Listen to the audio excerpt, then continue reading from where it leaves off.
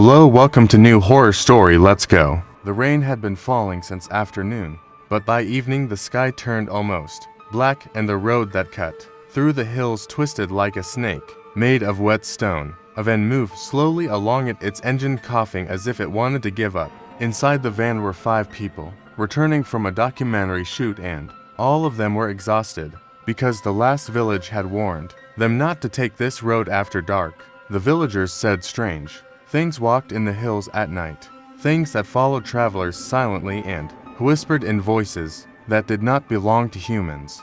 But work was work, and the group had decided to return before the storm worsened. The van lights flickered on the soaked road, and every turn looked the same. Sakib, the driver, leaned forward, squinting through the blurry windshield. He said he felt something strange in his chest, like pressure, and that he blamed the weather. In the back sat Anayo, their sound recorder, always quiet, always observing. Next to her was Bilal, who handled lighting and enjoyed telling scary stories to frighten others. Beside him was Mehek, the director, who kept looking at her phone even though there was no signal. The last was Zain, their assistant, who kept yawning and rubbing his arms because he felt unusually cold even with the windows shut. After a while, the road simply vanished into mist and the van almost slipped toward the edge. Sakib swore under his breath and stopped the vehicle. They all looked out and saw that a huge fallen tree blocked the road completely. The storm must have knocked it down, but the strange part was the shape of the branches. They twisted upward like hands reaching out of the earth. The group stepped out to check it, and the moment their feet touched the ground, a wave of cold air rolled through them like something breathing nearby. Anaya said she heard something in the wind, a voice so soft she could not understand it, but she knew it was calling someone. They realized they could not move the tree, and the only option was to turn back. But the road behind them looked swallowed by fog. They had not seen such fog earlier. It looked like something had grown from the ground and expanded behind them. But they had no choice, so they got back inside, and Sakib reversed slowly. The fog thickened like cotton stuffed around them, and the headlights bounced off it uselessly. After 10 minutes, Sakib stopped again because the road was no longer there. Instead, the van stood in an open clearing they had never seen before. No road, no signs, no hills. Just tall, thin trees that stood perfectly still as if waiting for them. Bilal laughed nervously and said maybe they took the wrong turn, but everyone knew the last hour had been straight road. Mehek stepped out and pointed her flashlight around. The beam barely traveled a few feet before dying like something was swallowing the light. Zain said they should stay inside and wait till morning, but the wind kept pushing against the van, rocking it slightly like giant, invisible hands. Something about the clearing felt wrong. Even the rain had stopped, but the air felt wet, like invisible threads brushing their skin. Then they heard it, a sound like a long, slow exhale. Not from behind them, not from the trees, but from everywhere. Sakib whispered that it sounded like the clearing itself was breathing. Anaya turned on her recorder to capture it, but the device crackled and hissed as if something was interfering with it. She took off her headphones quickly and said there were whispers underneath the static, voices layered on top of each other, speaking in different tones, some deep, some thin, some trembling. She could not understand any words, but she knew the voices were not human. Suddenly something moved between the trees, a shape tall and stretched like a shadow pulled long beyond its normal size. It moved without footsteps, gliding silently. Mehek shined her flashlight on it, but the light passed through as if the shape had no weight. Then it disappeared. The group backed into the van, and Sakib tried to start the engine, but the key refused to turn. Something yanked the van lightly from the back as if testing its strength. They all froze. The windows fogged up instantly as if dozens of breaths pressed against the glass. Slowly, an outline of a hand appeared on the side window. Not a normal hand. The fingers were too long and curved, like they were bending in the wrong direction. Another hand appeared, and then another, until the entire window was covered with prints from the outside. Zain screamed, and Sakib pressed his foot on the pedal even though the engine was dead. The van jolted when something struck the back. Not violently, but like a knock asking to be let in. Then the knocking came again, but from the roof this time. 3 slow taps. Tap, tap, tap. Then silence. No one dared move. They only heard their own breathing and the slow dripping sound from somewhere above them. Anaya whispered that the place was wrong. She said she knew this clearing was not part of the hills. She said the villagers were right. Something lived here, something old, something that did not want them to leave. Suddenly her recorder turned on by itself. A voice came through it. Not theirs. A whisper so close it felt like someone was breathing inside the van. It said only one sentence. It said, "Why did you come here?" The knocking started. Again louder this time, and the van shook hard as if something huge had landed on the roof. The metal dented inward. Sakib grabbed the door handle and said they needed to run before it broke the roof open. They flung the doors open and ran into the trees without knowing where they were going. The flashlight beams bounced wildly, but the trees all looked identical, and the clearing seemed to expand around them. The breathing sound grew louder as if the forest itself inhaled and exhaled in long, painful waves. They kept running until Mehak tripped over something. It was not a rock. It was a shoe. A child's shoe half sunk into the mud. Next to it lay a torn piece of clothing, and next to that were scratch marks on the ground like someone had been dragged.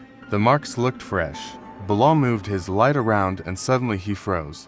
Behind one of the trees stood the same stretched shadow shape, this time closer, its head tilted sideways, too far to slow. It looked at them even though it had no eyes. The sound of breathing rose until the trees trembled.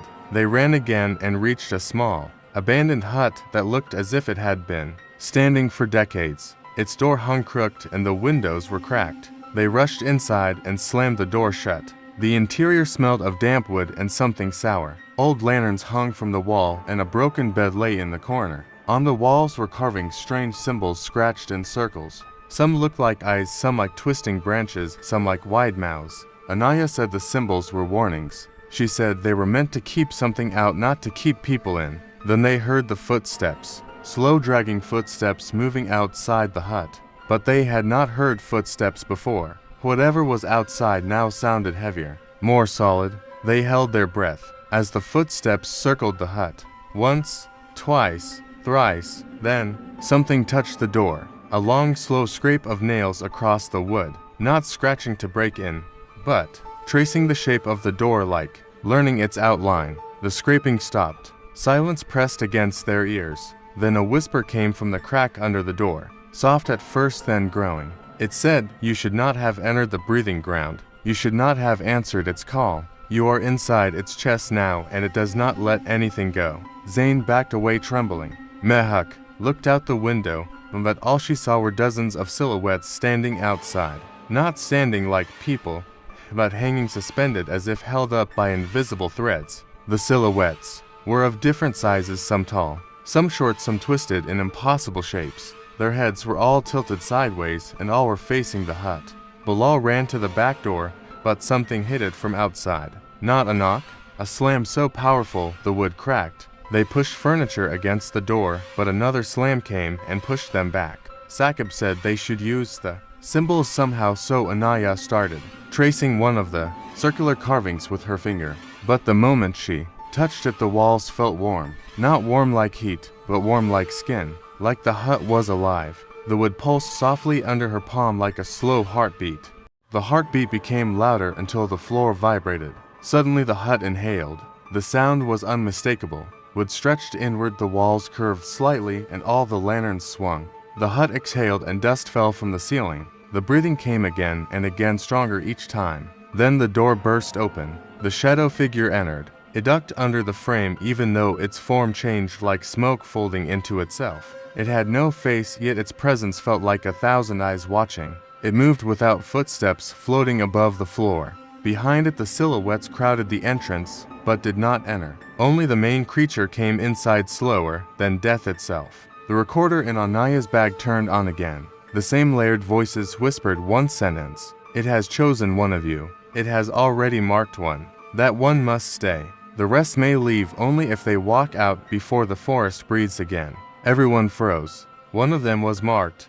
But who? Mehak said they should leave immediately, but the creature blocked the door. Then slowly it lifted one long finger and pointed. It pointed at Zain. Zain screamed and tried to run, but the floor rose like hands gripping his feet. The wood stretched around his ankles, holding him in place. The creature floated closer, its body twisting. Zain begged them to help, but the hut tightened around him like a mouth closing. The others ran toward the back as the Breathing of the hut grew so loud it felt like the world was inhaling. They burst through the cracked back wall and ran into the trees. This time the path appeared in front of them. The fog thinned. The road returned. They did not look back. The moment they reached the van, the engine roared without the key. They drove until the hills disappeared behind them. None of them spoke during the drive. When they finally reached the village at dawn, the villagers looked at them with fear. One old man asked where the fifth person was. They said nothing. The old man nodded as if he already knew. He whispered that the breathing ground always keeps one. That is the rule. Days later, when Anaya checked her recorder, she found something new saved on it. An audio file recorded after Zane vanished. In that file was Zane's voice whispering, "Please do not come back here. I am still inside it and it is still breathing." And in the last second of the audio, something else whispered. Behind his voice something deep and stretched and ancient, saying it is still hungry. The file ended with the sound of a long, slow inhale.